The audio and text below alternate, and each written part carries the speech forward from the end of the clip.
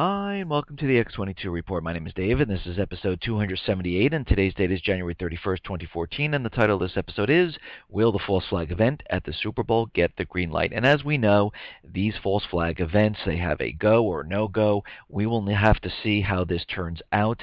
We do know that FEMA, DHS have been training for this type of event for quite a while. We understand that the FBI is on the ground. They also have a base set up around 6 to 9 miles away. And every time the FBI is in one of these situations, something seems to go down. We saw the Boston Marathon. We've seen, and especially with DHS and FEMA, whenever they are around, it seems like they are just ready and prepared for something to go down. Now, will it go down? I really hope not, especially for the people's sake. If it doesn't go down, does it mean, oh, it's all over and that's it? No. That means they are planning something someplace else, and this was a diversion. Let's get into the economic collapse news. We're going to head out to Cyprus, and what we're seeing out there is that Cyprus has reached a 17.5% unemployment rate, and it's continually rising. Their youth unemployment has reached 40.8%. So we're seeing that Cyprus is having a very tough time. They are looking to get another bailout at this time. And we understand that in Greece, Portugal, Spain, Italy, UK, they are all having a very rough time. Now we understand that Greece, people there are just struggling, and I have a person on the People, which is a forum that there are people there talking about the economic collapse. It is completely free to join. We have people from all around the world talking about different things because I like to get the information from people who actually are living in these countries. And Alex from Athens, I'm going to read something of what it's like to live in Greece right now. And this is from what he has said. Greeks feel more and more the pain of the economic rope digging scarves on their skin. They are confronted with taxes that do not correspond to their real finances. Day in, day out, the Greek economic team plots new ways to rob the last cent, the last asset from the people. Even retroactive day in and day out, new government decisions give a new slap in the face of any intended business activity, while the majority of companies struggle to survive. There is no liquidity in the market, and bank loans for investments are a rarity. The close monitoring of any transaction squeezes the last breath of anyone who cannot afford to meet his obligations in monthly bills, outstanding debts to the state and the banks. Austerity here and recession there. Hardly a Greek would believe that it's all about saving the country by economically exterminating its citizens. And you can see that out in Greece, they are having a very hard time. It is not easy. They are in the middle of a collapse. People are living on the streets. People can't make payments. The government had to readjust how they made their monthly payments and spread those out even longer so they can just get by. And once this thing starts to spread, and I'm talking about the collapse, everyone in every single country is going to have this same type of situation going on where you don't know where your next meal is going to come from. You don't know if you can pay your bills. You don't know if you can stay in your home, pay your taxes. And this is why you need to prep, because when this time period comes, you want to make sure that you have food and you can feed your family. You want to make sure that you have the ability to take care of your family at the time, especially protect them from other people who are not preparing for this economic collapse. Now, in the UK, wages are falling. The real value of British workers' wages have been falling consistently since 2010, marking the longest period in a half a century. Real wage growth has fallen to a minus 2.2% since the first quarter of 2010.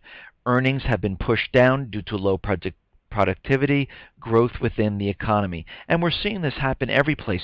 People can't get by.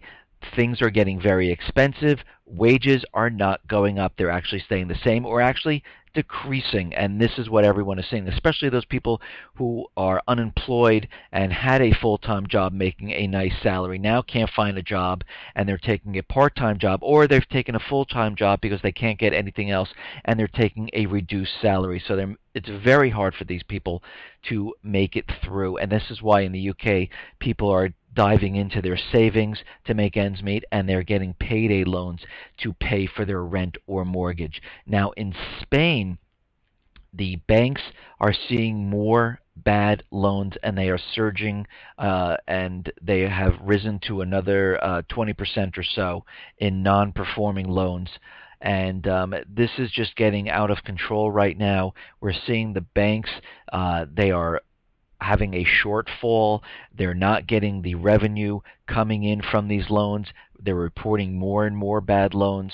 And this is happening in every single area wherever there's a private Western Central Bank. Yes, there are countries that are taking a little bit longer, like Germany, but it always starts off with certain countries, just like the real estate market in the United States. Every place didn't see the turmoil back in 2008, because what I can remember is when I was trying to sell my home up in New York, real estate was dead.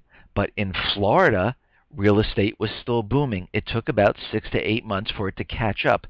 The same thing is happening with the collapse. It started out in Greece. It spread to Spain. It spread to Italy. It spread to Portugal, then to Cyprus. UK is feeling it. Germany, unemployment starting to go up.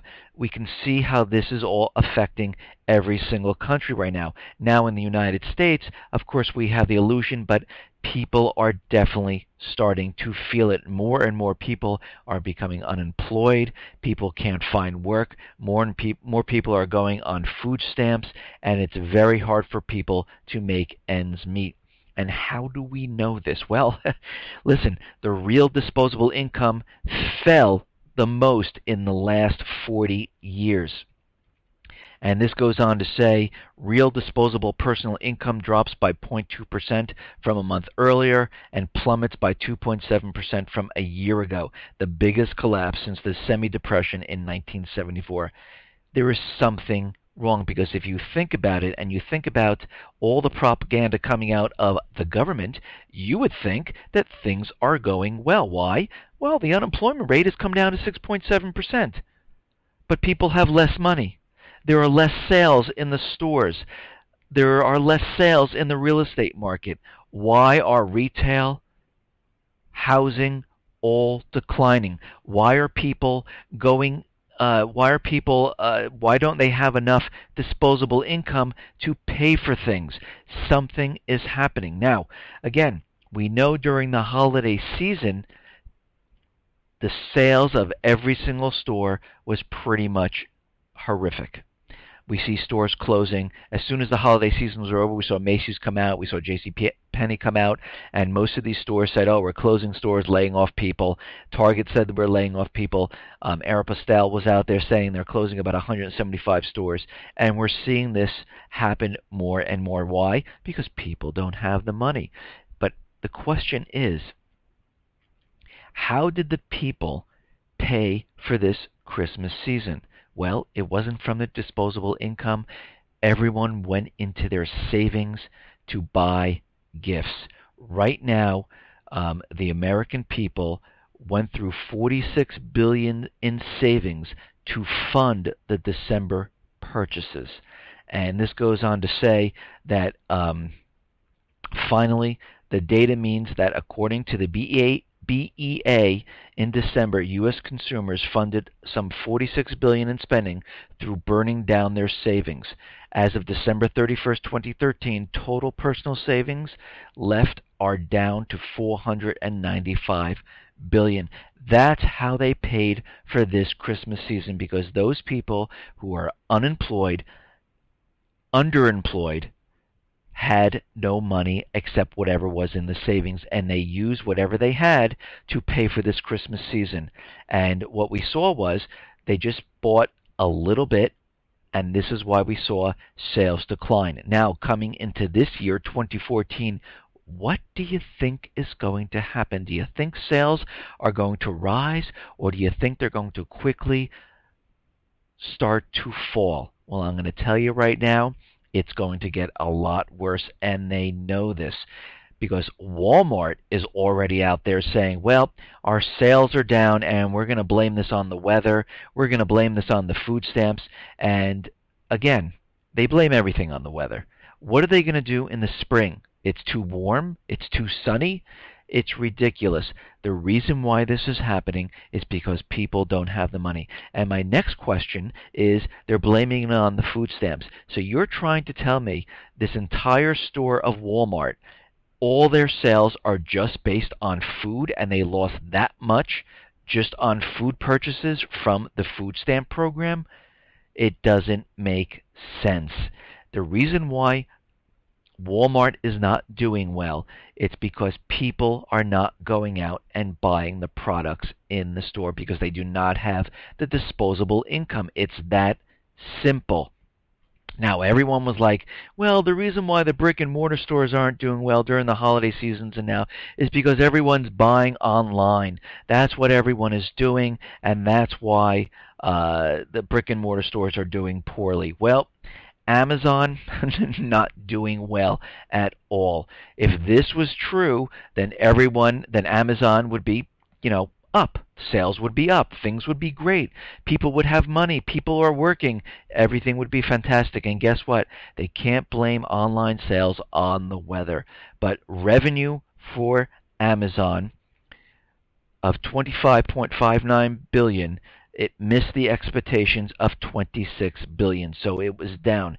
Net sales was around 22%, the lowest in the year, below the 26% in quarter three. But if I remember correctly, unemployment was higher in Q3 than it was in Q4, because remember, in Q4, unemployment came down to 6.7%. Doesn't make sense.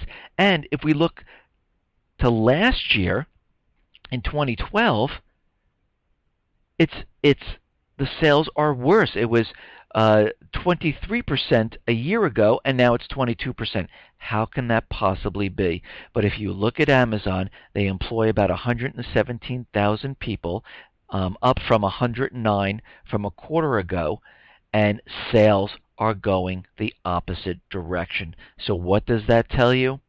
They're going to start laying off some people here. That's what's going to happen, because as time goes on, sales are not going to get better. People are going to have less and less money, because you have to remember the unemployment, inflation, GDP, all these calculations that the government and the Fed are throwing at you are completely manipulated. And what are we seeing with other retail stores? Well, let's take a look. Best Buy now is laying off another 950 people, and you're going to see later this year they will start closing more stores. Weatherford International, they are laying off 7,000 people. Sears in Canada, well, there's another 624 layoffs coming. This is not getting better, and the U.S. consumer sentiment dips again. So people are not feeling it. People understand that things don't seem right. They just can't put their finger on it because they are, a lot of people are still sleeping out there. They're not they haven't woken up to what's really going on, and they're listening to the propaganda of the Fed and the government, and they're saying, well, unemployment is down to 6.7%. I should be able to go get a job. And then they can't find a job. It doesn't make sense. What's going on here? I'm sending out my resume, and I have many, many people that I know that have been sending out resumes, and they get hardly any answers back from the resumes that they're sending out, and they're saying, what is going on here? And I tell them, unemployment is not 6.7%. It's around 30 or so percent. So this is why you're not getting the responses. Yes, they send it out and they get it from the headhunters and the consulting firms saying, oh, yes, give me your resume, and then they never hear from them again. There are no jobs out there. Now, here are some signs that 2014 will be the year of the super crash. And this is coming from Investment Watch blog, here's the first trend.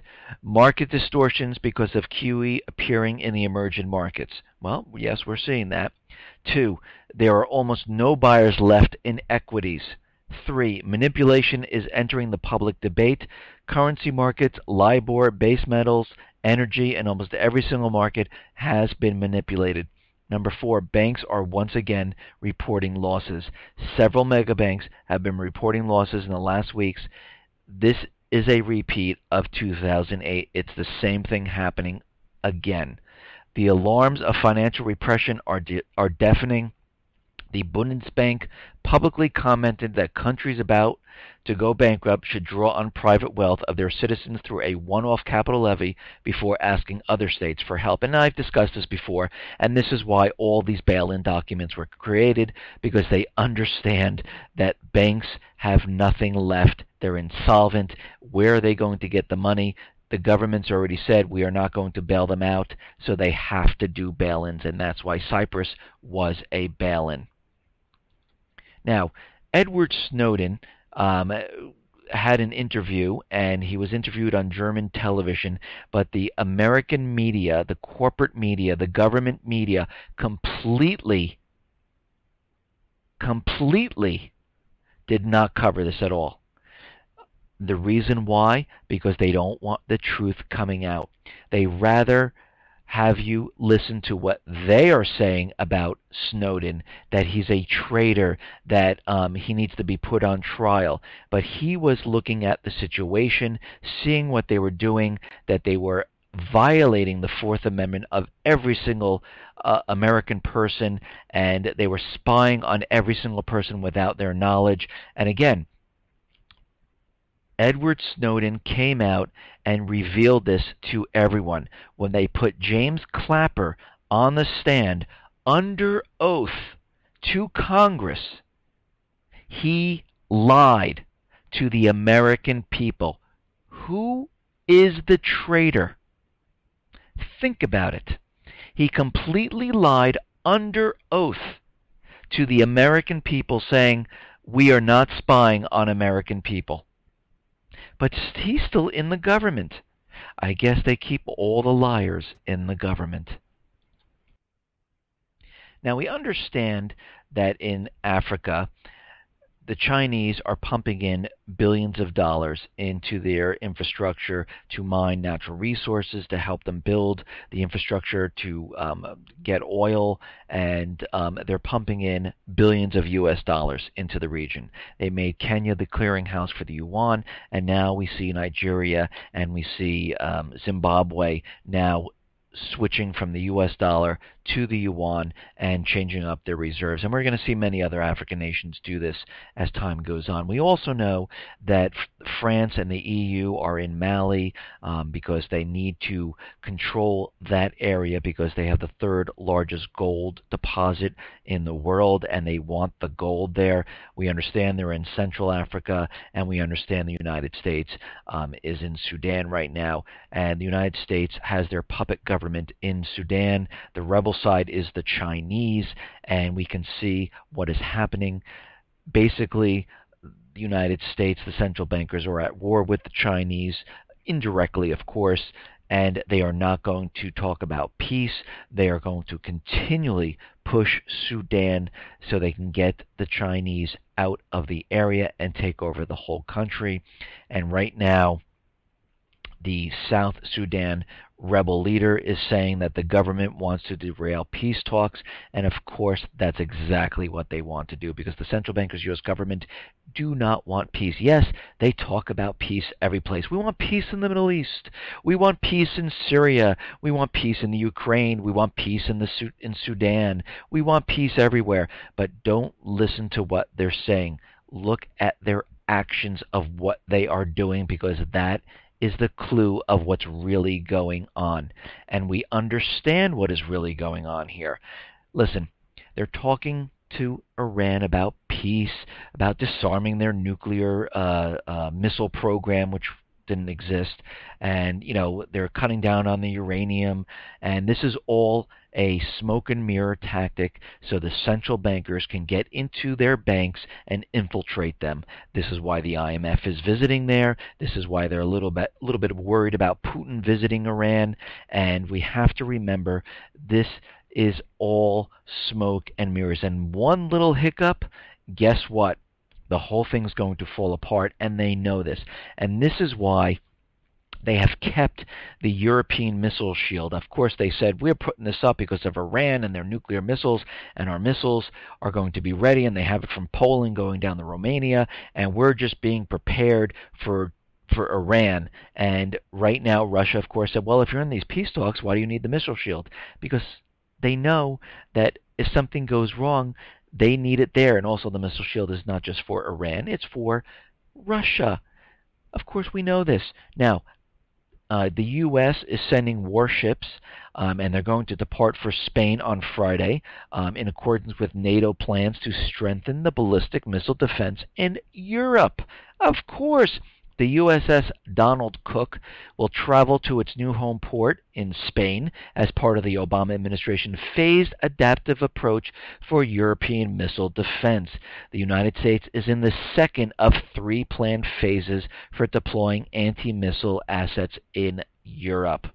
The U.S. military next planned to deploy more capable, more sophisticated Standard Missile 3 interceptors in Romania and then into Poland. So we can see they are building up the military assets because we understand what is coming, and that is war. It will be World War III eventually when the entire system begins to collapse. The central bankers, the U.S. government, understand they need to cover up the entire thing, and they will start a war to cover it up. And this is their plan all along, and it has not changed at all. Now, there's a lot of propaganda out there right now saying that the military commanders continue to issue threats against the U.S. from Iran. Now, they're in peace talks, and everyone's talking about threats, that the military option is still on the table, that we would go into Iran, and they're continually going on with all this propaganda. And right now, Iran unveiled this week new anti-aircraft missile systems and a plan to confront U.S. naval forces ahead of Syria's of 8 new war games that are scheduled to begin in March. New anti-aircraft missile simulators have been installed at Iran's air defense base, according to a top Iranian military commander who said the systems would be used to train soldiers in the art of downing enemy aircraft. And of course, this is all propaganda coming out, building it up, because they realize if they cannot infiltrate the Iranian banks and put their oil on the U.S. dollar, the next move will be moving into Iran. They're going to move into Syria, and they're going to move into Iran. At least they're going to attempt to do this. We understand that Syria's peace talks are completely falling apart. The United States, along with their paid mercenaries, the militants, went there for one reason and one reason only: to get Assad removed from government. It is not working. So right now, negotiations ended with no progress at all. They have gone nowhere. There are no tangible results. So what does this mean? Well, this means they're going to have to take this to the next level. And we understand that John Kerry and other government officials were out there saying, and they're building up the case, Assad committed war crimes. Assad has hidden has a hidden cache of chemical weapons. He's creating biological weapons to put on missiles, and they're continually building this case, just like they did right before the false flag event in August. They kept saying that he's been using chemical weapons, and you saw him use chemical weapons, and of course we know it wasn't from Assad, it was from the rebels, and they did this before August, and then leading up to August they did it again, and they said, okay, they passed the red line and now we're going in. Well, they're doing the same exact thing right now. And U.S. Secretary of State John Kerry said on Friday that Syria had no excuse for delays in ridding itself of chemical weapons and urged it to move very rapidly to allow them to be shipped out of the country. Every indication we have is that there is no legitimate reason why the removal is not happening now. Kerry told a news conference. We want the Syrian regime to live up to its obligation, and it's critical that very rapidly all those chemical weapons are removed from their 12 or so sites to the one site in the port to be prepared for shipment out of Syria. If President Assad had failed to meet the obligations, Kerry said, the United States and its allies would meet to consider which options we deem necessary at the point to proceed forward. And they are right now basically saying, listen, if you can't get these out, and they are behind schedule because what's happening is the rebels are blocking them. They're very hard to get through the streets with these chemical weapons. It's very dangerous. They have all these weapons and they have to be disposed of. Now, there was an official report that came out saying that the militants unsuccessfully targeted a chemical arms shipment prior to its removal from Syria this week. You see what's happening right now. During the removal of the second consignment of chemical weapons on January 27, 2014, the convoy carrying them was attacked by militants, and the attack was defeated. This is they're telling the militants, the rebels, the paid mercenaries, make sure the timeline of the removal of the chemical weapons is slowed down, and make sure that you can capture some of these or delay them as much as you possibly can, because we are building the case to strike into Syria somehow, some way, and they've been building this up, and this is their entire plan. Now, we understand that they've tried a false flag event out in Syria. The American people, the Congress, no one bought it. The world said, we don't believe this. Where's your proof? They could never come up with any type of proof whatsoever that Assad actually used it. And then, of course, MIT came out and said, listen, this missile, where the government was positioned, there's no way they fired this. It didn't have the range. It must have come from the rebels. And we can see that, this is turning out to be true. This was a false flag event. Now, we understand they are becoming desperate. They are losing ground in the Middle East. They're going nowhere with Syria, and Iran is taking a very long time to iron out these peace talks, to infiltrate their banks, and they are losing a lot of time here, and they're becoming desperate because they know they need to get into these countries to prop up the U.S. dollar for a little bit longer. And they believe that if they get into these countries, everything will be all right. And we know it will not, because Russia and China back both of these countries. And this is why they just haven't stormed in and taken over these countries. So they need to look for a reason to get into Syria. They just can't go in there because it's a sovereign nation. So what are they doing? They had the peace talks because, again, they're showing you that we want peace, and they're going to come out and say that, Assad's government, they didn't cooperate, the peace talks ended, they couldn't do anything, we were there, we wanted peace, and look, and now, of course, Clapper, the liar who lied to the American people, is telling everyone that they're creating biological weapons. They have information that they're terrorists inside of Syria, that they're going to attack the United States. They are completely building this up. It's right in front of us. And we understand that the Superbowl is going on. There is speculation that something might occur. We've also seen cyber attacks with the Syrian Electronic Army. They keep using them because they want everyone to know it's Syria, it's Syria, it's Syria. And we can see how this is playing right now. Now, today, we saw that the in the Super Bowl, in the hotels surrounding there were envelopes delivered with white powder, and again, this white powder turned out to be cornstarch or some type of baking soda.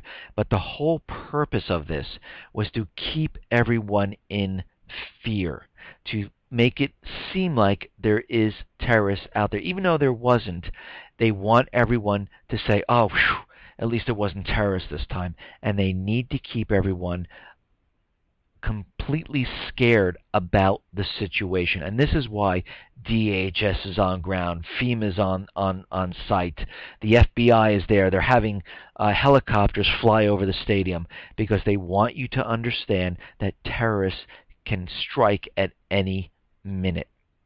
Now, we also understand that they are building up the cyber attack scenario. And right now, Yahoo Mail was hacked into, passwords and user information was nabbed, and they're reporting about 273 million accounts were kind of hacked into, but they're staying very quiet about this.